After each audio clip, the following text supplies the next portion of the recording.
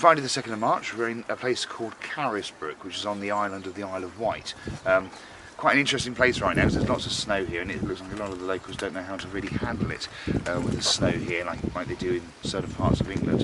However, the church itself is quite amazing because it's been here, and it's the only church on the island that actually is mentioned in the Domesday Book. From a bloodline point of view, we're looking at Penelope Fordham. Now, she was actually born in Godshill, just down the road, about 6 miles down the road, but she was heavily involved in this church in her time, back in the years 1836 right through to about 1849, heavily involved in this church for quite rightful reasons. She's the granddaughter of Edward King Fordham, as we all know, back to going to the Fordham line of the Godshill Church and the Fairfield churches over near Royston in Hertfordshire, England. So when we look at migrational patterns and we look at how families move around, you think, well, that can't be right, but it's absolutely right that we've got the Fordhams over in Royston, Hertfordshire, some 198 miles away, across the Solent, the waters, to get onto the mainland. And here we have his granddaughter, Penelope Fordham, here at the Church of St Mary. Which is a wonderful church. Sadly, it is closed today, which is understandable because of the weather. Shame, because it is actually rather nice inside. But at least you can get a feel for how the church actually looks from hopefully some of the stills that Janice has taken.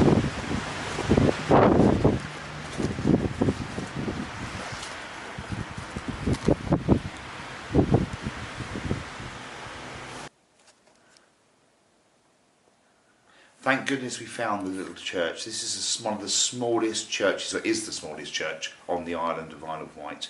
Only for one of the locals that helped us get up here. For anyone that wants to come and visit this particular church, because it can be quite confusing, as the man said, there are 3 churches in St Lawrence. Most tourists go to the one just up the road that we'll be driving past shortly, but this is the one that really matters. It's a 14th-15th century church. One of my ancestors, Brent Neville, was a rector here, which is absolutely amazing. And then obviously one of my other ancestors, ironically, Bartrum, came in to be a rector some 8 per se years later. I think it's about 8 years later. But it's amazing in the sense that it's a lovely little chapel, still in high use obviously. Still gets a lot of people, I guess, to come and see it. Quite interesting that you've got, I say, the rector's part there. These are pretty nice still, but that's a more modern edition really. These aren't the originals, but obviously they've been replaced, which is quite nice. One thing, the particularly thing to be aware of is your pulpit, and this is absolutely amazing. Yeah, this was originally outside, so this is your pulpit for use. Yeah, font, but I call it pulpit, but font. So as my learned friend has corrected me, but I call them all a pulpit really. But yeah, so that's lovely, absolutely lovely. In particular, I quite enjoyed seeing, well, I certainly enjoyed seeing 2 of my relatives up on the board, but I particularly enjoyed seeing this wonderful, wonderful book. And when we look at this in particular, this particular chapter, that's probably one of the best things I see. There are some certain passages that are my favourites, and that's particularly one of them. Stained glass window, worth seeing in the high altar, or in the altar. He's only got the one. Very interesting.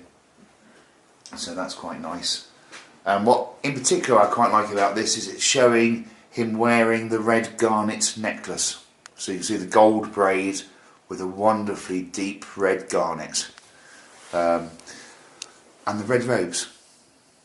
Yeah. Which is absolutely wonderful.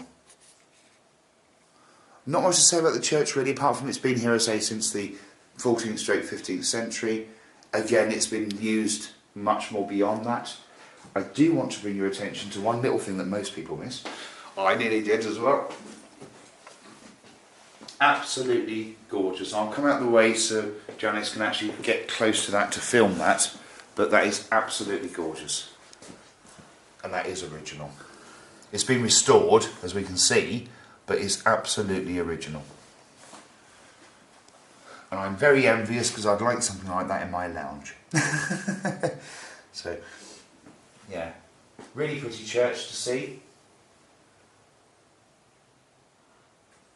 It's got all the Templar feel about it. In fact, even just looking down at the pews, you can get the sense of knights coming without the pews, knights coming in here with their swords to, to kneel down to God in their ritual ceremony, when obviously the pews wouldn't be here. And imagine all these bits gone, and you've got the nice structure. And they come up and they kneel down to God, and they do their oath with a sword. Brilliant, absolutely brilliant.